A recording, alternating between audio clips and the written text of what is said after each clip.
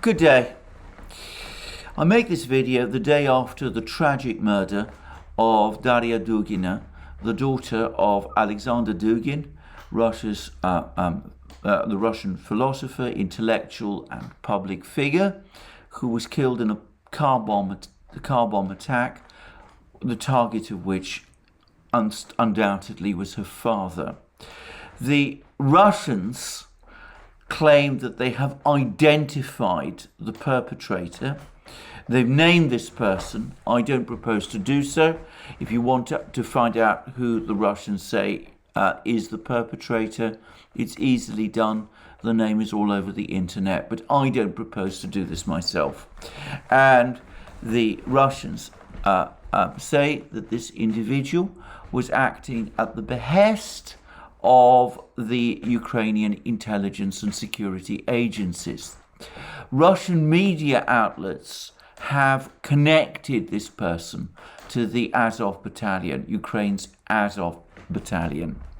Now, separately, an exiled Russian politician, a Mr. Ponomaryov, who, by the way, has Ukrainian citizenship, has claimed that he has some knowledge of the nature of the people who carried out this attack, that it had internal causes, and that, as I understand it, he's even claiming that he facilitated the attack in some way. Now, I want to stress, I don't know whether these allegations the Russians are making are true. And of course, I don't know whether what Mr. Ponomaryov is saying is true. Only a court of law can establish that after a properly conducted trial. Something which, by the way, I think it is most unlikely will ever take place, though I wouldn't exclude the possibility entirely. Now, what I will say is two things. Firstly, the Russian allegations and Mr. Ponomaryov's claims are not mutually contradictory. They could both be true. It's possible that this murder was carried out in the way the Russian authorities say, and Mr. Ponomaryov's liberal contacts, people on the far extreme dissident end of liberal politics in Russia, might have facilitated it in some way. There are, I suspect, some people in Russia on the far liberal fringe who might be prepared to enable an assassination of this kind. So the two claims are not incompatible, which doesn't, of course, mean that they are both, that either of them or both of them is true. As I said, only a court of law would be able to establish that. And I would say something else. There's a lot of discussion about Dugin in the media, especially in the media in the West that I've been reading. I've seen all kinds of claims made about him, that he's Putin's advisor. There's no evidence, by the way, that Putin and Dugin have ever even met. No photographic evidence that I've seen that shows the two men together. There's suggestions that Dugin is Putin's the principal intellectual influence on Putin. Again, I've seen no evidence for that at all. And there's even suggestions, which I'm not even going to discuss, that Dugin is some kind of Rasputin figure. The Daily Telegraph actually used that very name, Rasputin, to refer to Dugin. Rasputin, obviously, in relation to Putin, which I think is completely far from the truth. My own view, and it's been one that I've expressed many times over many years, is that I think that Dugin's influence in Russia is wildly exaggerated, as has been admitted even by Dugin himself. But what I will say is this murder of Dugin's daughter is inevitably going to attract interest and sympathy for him in Russia, and inevitably is going to lead to a greater interest in his ideas. So whether or not that leads to anything is something that one can't say, but it's perhaps the case that from now on Dugin becomes an even more important person to watch than he has been before. For him, of course, this is a personal tragedy. He has now published a statement about the murder. I understand that he's in deep grief and personal shock, though his statement was one of defiance. And I suspect that, as I said before, very long, he will recover and he will be speaking out and he will be attracting more attention than he has done up to now. Let me repeat again that whatever view you have of Dugin, this murder of his daughter was immoral and wrong, and it would have been immoral and wrong if it had killed its intended target, who was of course Dugin himself. Anyway, that's all I suspect I'm going to say about this case. It's conceivable that this person, as I said, whom the Russians have identified, will eventually be caught. I'd have thought that the Russians would be looking out for this person from now on. If this person is caught and brought back to Russia, there will no doubt be a trial, and we will learn a great deal more. However that trial is conducted, we will learn a great deal more about the nature of the allegations the Russians are making, and that will be the point to assess them fully. That's, I suspect, until that happens, this is the last that I'm going to say about this very great tragedy, both for Daria and for her father and for the other members of their family. Now, let's return to the events on the battlefields. And there's been the usual reports, as there always are periodically, from all the various Western watchers of the war in Donbass, that the Russian offensive, which has apparently, according to the Russians, gained control of around 200 square kilometers of territory over the last 3 weeks, that this offensive is now running out of steam. How often have we heard this, and how wrong it repeatedly turns out? But it's been said now by the British Ministry of Defence, by the Institute for the Strategy for the Study of War in Washington, D.C. It's also been said by various people, in various commentators, in various Western media outlets. It's simply wrong. The advances still continue. There are now battles right, as I said, in the center of Soledar. The Russians are now apparently in the process of beginning their assault on the town of Ugledar in the south of Donetsk region. And of course, they've been pushing further from northwest Kharkiv. And that advance towards Nikolaev that I spoke about yesterday, that also appears to continue to be underway. But rather than discuss military developments, I'm going to focus today, firstly, on something I got wrong, and secondly, on an article in the national interest. Firstly, about what I got wrong. I discussed a few days ago the latest US military package for Ukraine. And it seemed to me that this might represent something of an upward blip in terms of military supplies from the United States to Ukraine. And I based that on the fact that the United States was supplying Scan Eagle drones, which were the drones which I believed that the United States had failed to supply previously.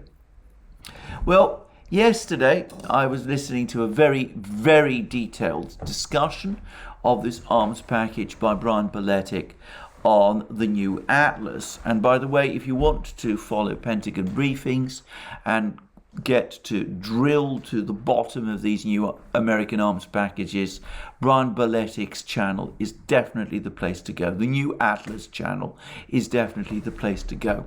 Well, I now realize I got that completely wrong. The drone that the United States had mulled supplying to Ukraine some weeks ago was the Grey Eagle strike drone. This is a large, medium powered drone which is able to launch missiles. It's able to act independently. It's a strike drone. It's a sort of it's comparable in some ways to the Raptor and the Reaper and all of these drones that we hear about so much, and which the United States uses so extensively, not just in its battlefields, but in striking what it calls terrorist targets around the world. That was as a large, powerful drone. The drone of which the United States is supplying 16 is the Scan Eagle drone, a totally different drone, very much smaller. It's a pure reconnaissance drone, and as Brian Beletic points out, one that is in a similar class to Russia's Orlan 10. Now, the Orlan 10 is the largest, most widely used surveillance drone that the Russians have been operating in Ukraine over the course of the war in Ukraine. By some guesstimates, the Russians have around 1,500 Orlan 10s. The United States is supplying 16 of these comparable Scan Eagle drones to Ukraine. As Brian Beletic absolutely correctly said, there is simply no comparison between the drones that the Russians have and these drones, these 16 drones that the US is supplying to Ukraine. Moreover, the United States is now supplying 105mm howitzers, about a dozen of them. These are smaller caliber howitzers than the M777 howitzers that the United States supplied previously. In summary, and contrary to what I believed, far from this being an upward blip in American supplies to Ukraine, it is very firmly the opposite. It is, in fact, further proof that Western arms supplies to Ukraine are dwindling. As Brian Beletic correctly said, Ukraine is not getting any more HIMARS launchers, even though the Russians claim to have destroyed 8 of them, 8 of the 16 that were supplied. It's not getting any more helicopters, interestingly. It's a long time since the United States supplied helicopters. The guns that it's getting are less high-powered, are of a smaller caliber than the guns Ukraine was provided with previously. And the anti-tank missiles that Ukraine is getting, this time TOW anti-tank missiles, as well as Javelin anti-tank missiles, more Javelin anti-tank missiles, are actually, if you look, the TOW is an older, perhaps more powerful, but rather more clumsy system than the Javelin. One suspects that the reason it wasn't supplied originally was because the Javelin was supposed to have superseded it. Well, the United States is now actually supplying these older anti-tank systems in place of the partly, I suspect, in place of the Javelin, perhaps because stocks of the Javelin have now dwindled to the point where it's seen as unwise to send too many more to Ukraine at this time. So we are actually seeing a reduction in American military supplies to Ukraine. We're also, of course, as we've already seen a significant reduction in European military supplies to Ukraine. The British continue to send what they can, but it obviously isn't going to be anywhere near enough to meet Ukraine's needs. And we see that the Russian offensive in Donbass is intensifying, and we've now got these big Russian advances in Kharkiv region and in Zaporozhye region. And of course, there was that major Russian advance, that Russian push towards Nikolaev, and there have been some more reports about that. They're difficult to decipher because, of course, we don't have the full picture, but it seems that the Russians are continuing to push up a major road which eventually will take them to Nikolaev itself. Now, bear in mind that Russian forward posts for some time have only been 15 kilometers from Nikolaev, and this does now look increasingly as if it is the next Russian objective in southwest Ukraine, that the Russians have made a decision to advance towards Nikolaev in southwestern Ukraine. So, an intensifying Russian offensive, a Ukraine which has lost most of its own weapon systems, a Ukraine which is getting less Western military support than previously, a Ukraine which has suffered extremely heavy losses in manpower. It seems to me that Ukrainian officials have perhaps now reached that point where they should be asking themselves the fundamental question: does Ukraine have the resources to sustain this war effort? And how can it continue doing so?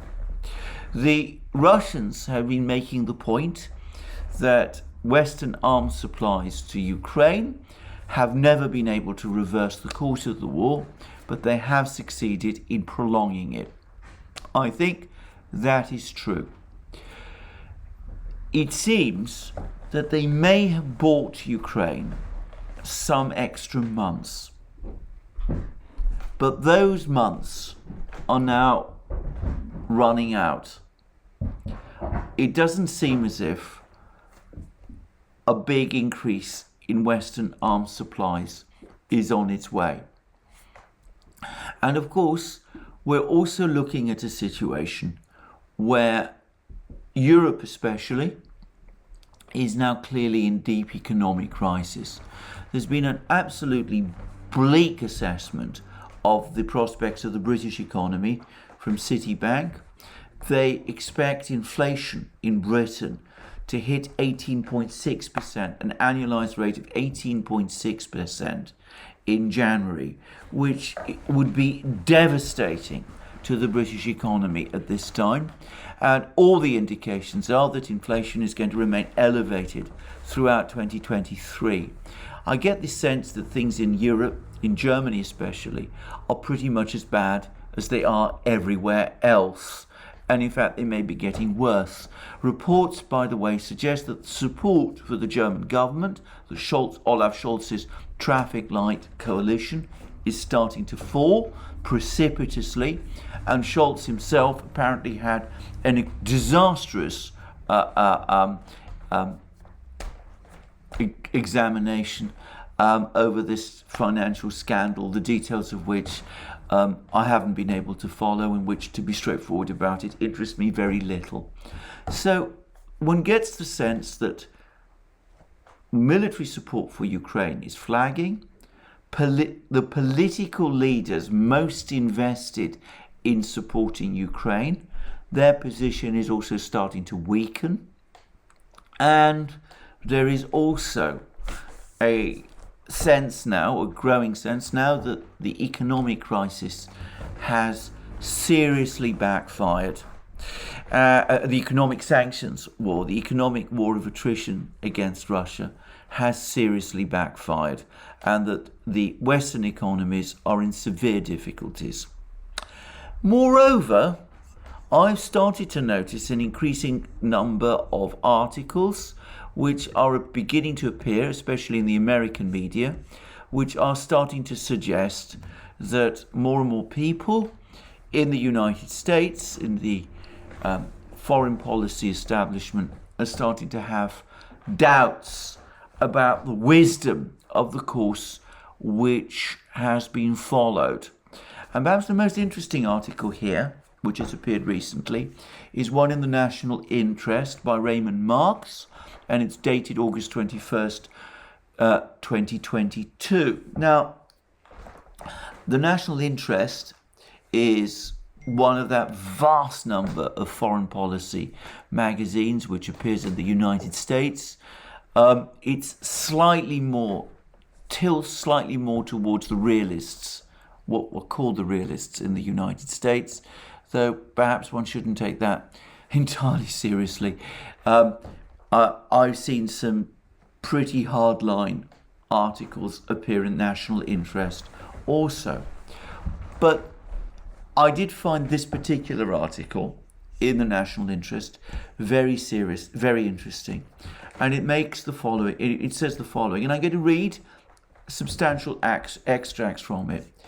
No matter who wins in Ukraine, America has already lost. And the subtitle is, there are multiple tough strategic realities for the United States to absorb. And then the article, the body of the article proceeds as follows. Regardless of who wins the Ukraine war, by the way, there's no doubt who's going to win the Ukraine war. It will be Russia. But anyway, regardless, to continue with the article, regardless of who wins the Ukrainian war, the United States will be the strategic loser. Russia will build closer relations with China and other countries on the Eurasian continent, including India, Iran, Saudi Arabia, and the Gulf states. It will turn irrevocably away from European democracies and Washington. Just as President Nixon and Henry Kissinger played the China card to isolate the Soviet Union during the Cold War, Presidents Putin and Xi Jinping will play their cards in a bid to contain US global leadership. Knowing that it can no longer keep Europe as its top energy customer, Moscow has logically moved to grow its fossil fuel sales with Asia, notably China and India. Since the Ukraine invasion, Russia has become China's top oil provider, replacing Saudi Arabia. It is true that in the short to medium term, transfer capacity will limit how much more fossil fuels Russia can sell to China. Russia currently has just one overland oil route to China, the ESPO pipeline. The only gas pipeline currently in operation is Power of Siberia. Pipeline sales of both oil and gas are supplemented by seaborne routes to mainland China. In the years ahead, China and Russia will doubtless make substantial investments to expand oil and gas transmission between the two countries, better enabling Russia to be the primary supplier of fossil fuels to China. The Chinese will likely be able to reduce their dependence on fossil fuel shipments from the Middle East, which must pass through vulnerable naval choke points such as the Malacca Straits. Closer energy relations between China and Russia will help to draw them closer as strategic allies with no limits on the Eurasian continent. By having a committed Russian energy supplier in its backyard, China will inevitably obtain more strategic flexibility for dealing with the United States and its Indo-Pacific regional allies, all to the detriment of Western democracies. Russia has also greatly increased its energy business with India since the Ukraine invasion. According to the Center for Research on Energy and Clean Air, India has been the main buyer of the cargoes out of the Atlantic that Europe doesn't want anymore. Before invading Ukraine, India bought almost no oil from Russia. Now it is importing over 760,000 barrels a day. Increases in Russian fossil fuel sales to India will be detrimental to efforts by the United States, Australia and Japan to continue to draw Delhi into a closer orbit with democratic countries in the Indo-Pacific region. In fact, India, the world's largest democracy, has taken a neutral stance on Russia's invasion of Ukraine. At the United Nations, India abstained from votes that condemned the Russian invasion of Ukraine. It has refused to blame Russia for the attack. Besides a new and growing energy supply relationship, Russia has also been the long-time primary supplier of weapons for the Indian armed forces. Importantly, Delhi remains appreciative as well of Russia's long-time support on Kashmir. The Indian response to the Russo-Ukrainian war underscores the reality that India will likely not fully integrate into a Western Pacific alliance such as the Quad. If China is smart enough to avoid more border fights with India, momentum for India to become more involved with the Quad could well decline. In more bad news for the West, India was not alone in abstaining from the UN General Assembly resolution that censured Russia for invading Ukraine. 34 other countries declined to take the West's side. 2/3 of the global population live in countries that have refrained from denouncing Russia. Even neighboring Mexico refused to condemn Russia or join economic sanctions. These are tough strategic realities for the United States to absorb. After the Russian invasion, the Western democracies swiftly coalesced, passing a broad array of sanctions against Moscow, including deadlines for ending fossil fuel purchases from Russia. The West's energy sanctions have to an extent backfired, causing inflationary and supply disruptions so severe that Brussels now is struggling to cope with the economic consequences.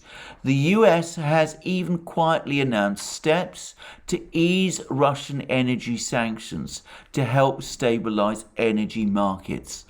Whilst the West complains that Russia weaponized its oil and gas exports, the reality is that it was Brussels and Washington that first raised the energy sword when they announced their intent to cut back Russian fossil fuel purchases immediately after the Ukraine invasion.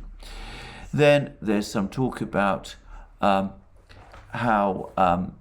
NATO at least has been strengthened, but overall the assessment therefore is bleak. Now this comes some months after, at the beginning of the Ukraine conflict, there were assessments appearing all over the place that it would be the United States that would be the big strategic winner from the Ukraine war. By the way, I thought at the time that there might be merit to those assessments. It did look to me as if the United States had at least achieved one significant geopolitical gain, which is that it had broken the economic trading relationship between Russia and Germany, which was obviously causing the US real concern.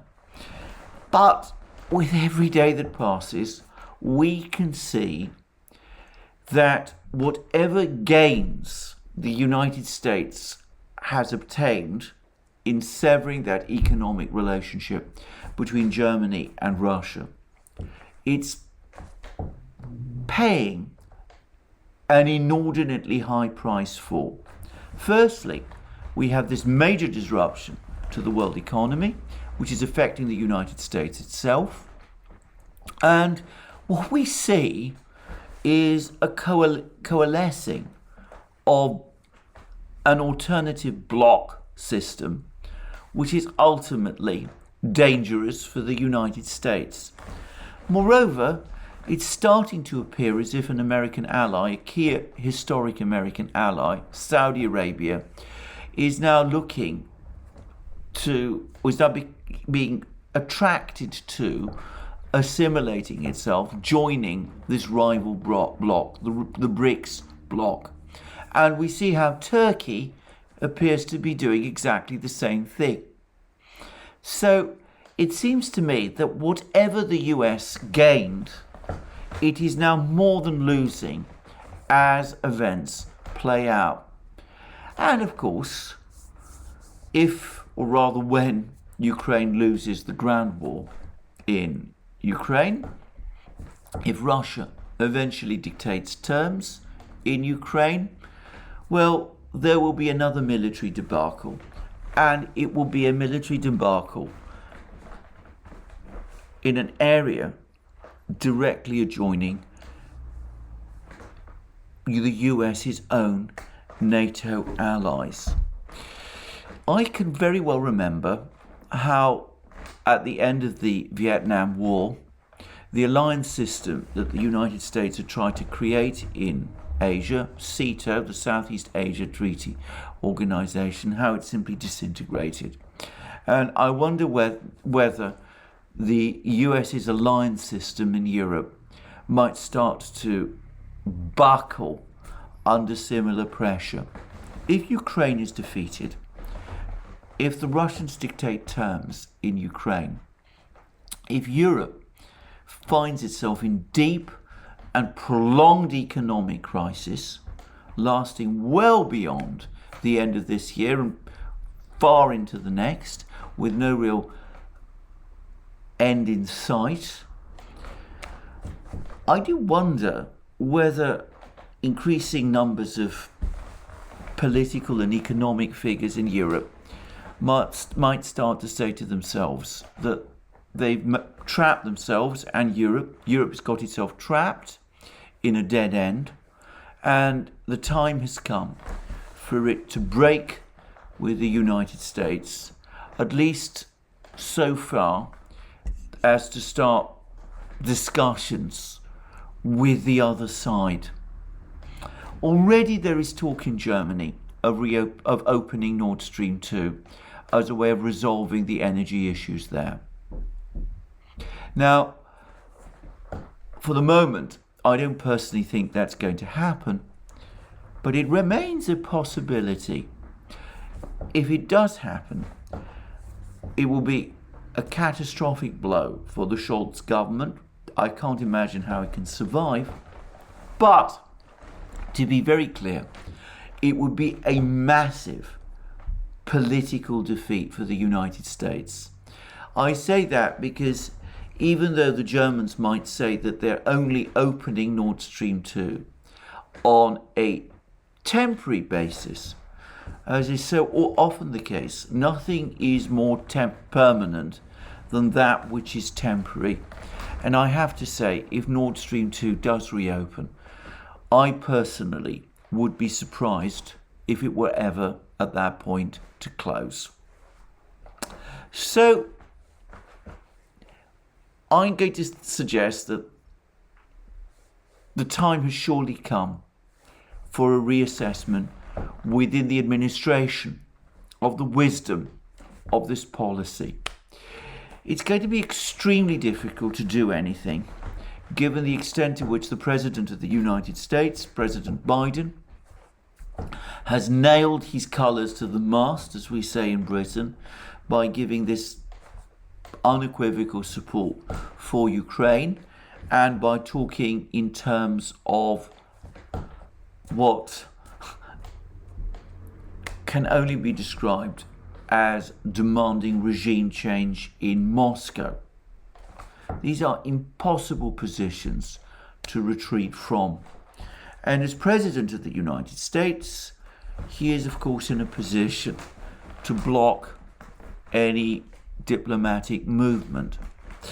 A Russian Deputy Foreign Minister, Mr. Gatilov, has given a long interview to the Financial Times, which has been misrepresented across the media, the Western media, as Gatilov saying that Russia is ruling out negotiations at this time to end the Ukrainian conflict. In fact, when you drill into the account of the interview that the Financial Times has given, what you discover is that Gatilov is not ruling out negotiations. He, from the Russian side, he says it is the West that has sabotaged negotiations, that doesn't want negotiations. And given this attitude and given the similar attitude of the Ukrainian government, it is impossible to see how negotiations can now take place, and that there is no platform for those negotiations. And that is true. It is we in the West, our governments, first and foremost the US government, that is refusing to start negotiations to find a way of settling this conflict, or at least to achieve some kind of off-ramp. Now, maybe this quiet reduction in arms supplies is a sign that someone in Washington is starting to exert themselves and is starting to tell the White House that further arms deliveries to Ukraine are an extremely bad idea and should be brought to an end as soon as possible. Now, I say that because I appreciate that in Europe, NATO armories are severely depleted. They may have been run down extensively in the United States too. I can't quite bring myself to believe that the United States is so short of weapons that it can't provide Ukraine with at least some more at least than this little dribble of weapons that we are seeing. 16 small surveillance drones, comparable to the Orlan 10, of which, as I said, Russia has thousands, is almost, I would say, insulting to Ukraine at this time. A dozen or so 105mm howitzers is frankly insulting also. So it does look to me as if perhaps someone in the Pentagon, perhaps in the Treasury Department, in the Commerce Department, maybe in all of these places, maybe the famous interagency, the deep state by another name, is having some discussions within itself. Maybe someone somewhere is saying to themselves, this is a hideous debacle. It's turning out very badly from a military point of view. It's turning out very badly from a diplomatic point of view. Maybe the point has come to change course. And maybe, just maybe, this article in National Interest, which has in the past published articles which appear to reflect foreign policy thinking within the blob, the Washington blob, maybe this article is a pointer that there is some kind of debate going on, that there are some people in Washington, finally, who recognize that this war, this conflict with Russia, has turned out disastrously wrong. Well, I would like to think so. I can't say I'm fully convinced. I suspect that things have to get an awful lot worse before they get better. I am seriously worried and concerned by how bad they're going to get. But perhaps there are people within the political and foreign policy establishment who are starting to say to themselves in Washington that things have gone already much too far and it's time to think of a way out. I hope so. We shall see. Well, that's me for the day. As I've been making this program, there have been more bits and bobs of information floating in. I've been seeing the sort of messages that there have been further Russian advances in Donbass. I'm going to follow all of these up, and no doubt you'll be getting my next update about all of that in my next video. In the meantime, it only remains for me to thank you for joining me again today. Just to say that I'll be back very soon, probably tomorrow, with a further update. In the meantime, please remember that all our videos, my videos, Alex Christophorou's videos, Duran videos, appear on multiple platforms: Locals, Rumble, ODYSEE and Telegram, as well as others. And of course, you can support us via Patreon and Subscribestar, and by going to our shop and buying the amazing things that you will find there, including, of course, this Good Day t-shirt. And in the meantime, if you've liked this video, please remember to tick the like button and also to check your subscription to this channel. Thank you for joining me again today. More from me soon, and have a very good day until our next video.